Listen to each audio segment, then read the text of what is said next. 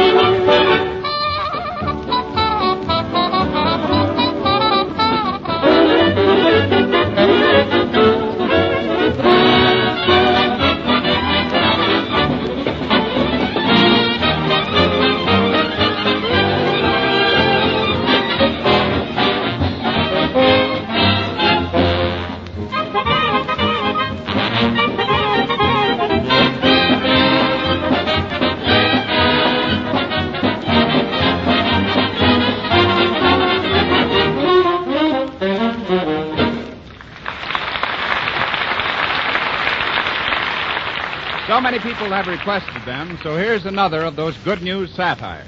This one's titled, If Men Attended Fashion Shows as Women Do. Frank Morgan and Spencer Tracy are just entering Meredith Wilson's exclusive tailor salon to see the annual Fall Fashion Review. They're met at the door by the famous fashion designer, Wilson himself. Hello there, Morgan and Tracy. My, it was certainly darling of you two to come. Well, I'm simply dying to see your new styles for fall. I'll bet they're scrumptious. Yes, and I just need oodles of things, too, Wilson. I really haven't a stitch to my back. Are you going to show anything new in undies?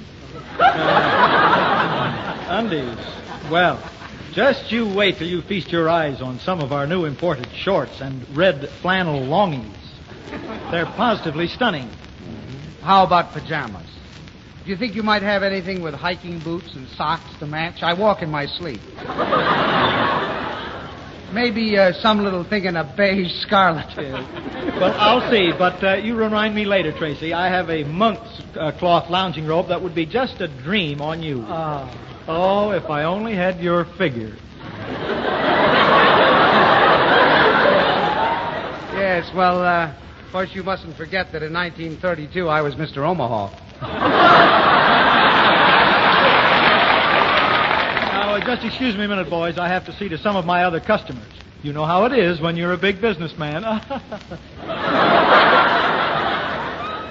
Tracy, don't you hate giddy men always giggling? Yes, and Willson, of all people, huh? Yes. He's beginning to look rather old, don't you think? Oh, I should say. Sort of dissipated like. Yes. Yes, he's getting circles under his circles.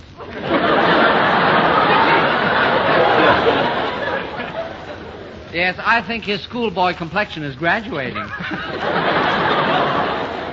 Say, Morgan, yes? Don't look now, but isn't that Georgie Jessel over there? Where? Oh, right over there. Yes. Wearing that little fur hat with the flesh-colored crown. Hat? Why, that's his head. He's getting bald. He's seen us. Here he comes. Well, hello, boys. I just left Charlie Moskowitz trying on a new muffler, and isn't the ducky running into you, too, like this? Uh-huh. And Tracy, what a perfectly precious snap-brim Adam hat with a two-color band. Do you mind if I try it on? Oh, now, I really hate to take it off. My hair is a sight, but here. Oh, thanks, heaps. I just wish I had a mirror here. How does it look on me, boys? Adorable, Jessel. What do you think, Morgan? Uh-huh. What's the matter, Morgan? Cat got your tongue? Jessel, you know good and well why I'm angry with you. having your tailor copy my blue herringbone tweed cutaway. Well, the only reason why I had it copied is because it looks so ravishing on you. Oh, well, that's different. I did look rather willowy in it, didn't I? But truthfully, Jessel, I thought you looked even better in it than I did. Yeah, several other people said the same thing. No wonder they... What? Well, what do they know? After all, the original model was mine. Well, that's no criterion. That's nothing. I've seen some lovely clothes worn by the wrong men. Listen here, you old copy. Oh, now look, Quiet. The fashion show is starting. Welcome, men, and good afternoon. We start our show by presenting this outstanding garment for the tall, slender, soft type of man. We call this our startled fawn number. Oh, lovely? That's delicious. Isn't it gorgeous? This is a combination bathing suit and smoking jacket. Pure Angora wool with patch pocket tobacco pouch cut on the bias. Just the thing for hopping into the pool with your favorite pipe. It's a steal for a measly $179.87. Steal is right. It's practically highway robbery. Yes, I think Willson charges too much for his things. You know what I do? I just remember the patterns of the outfits I like best, and then I have a little man who comes in and copies them for me on my own sewing machine. And for almost 1/3 the cost. Oh, you clever man.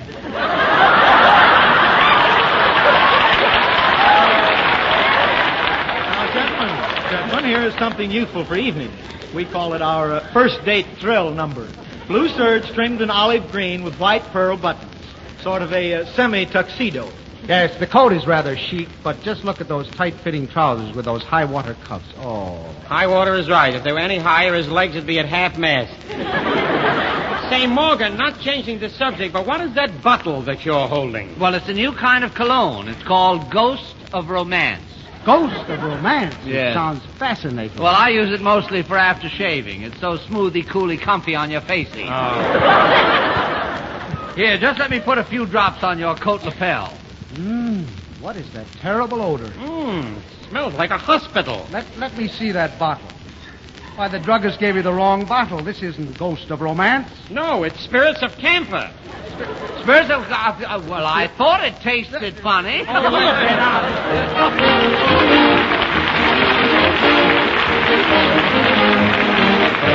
Now, Ted Wilson. Thank you, George. Meredith, do you mind joining us over here? I'd like to ask you a question. Pray do. Meredith, how would you define freshness? Well, Ted, I'd say fresh is a new note in music. That's fair enough. And you, Hanley, how would you define freshness? Well, Ted, I'd be pretty apt to steal your thunder and say fresh as Maxwell House coffee. You're absolutely right, Hanley. Yes, fresh is Maxwell House coffee. For Maxwell House is roaster fresh, and no coffee can be fresher than that. And there's a big difference with coffee that's roaster fresh and coffee that's not. How many times have you gone into the grocery store and caught that appetizing smell of coffee? Many times, I suppose.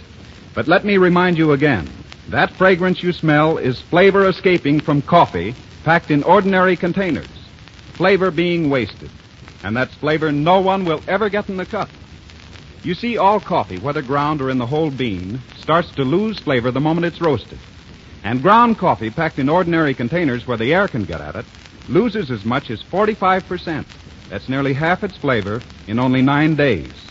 But Maxwell House coffee is taken fresh and fragrant from the roasting ovens, packed in that super vacuum can from which all air is removed, and then sealed, so no air can reach the coffee afterwards.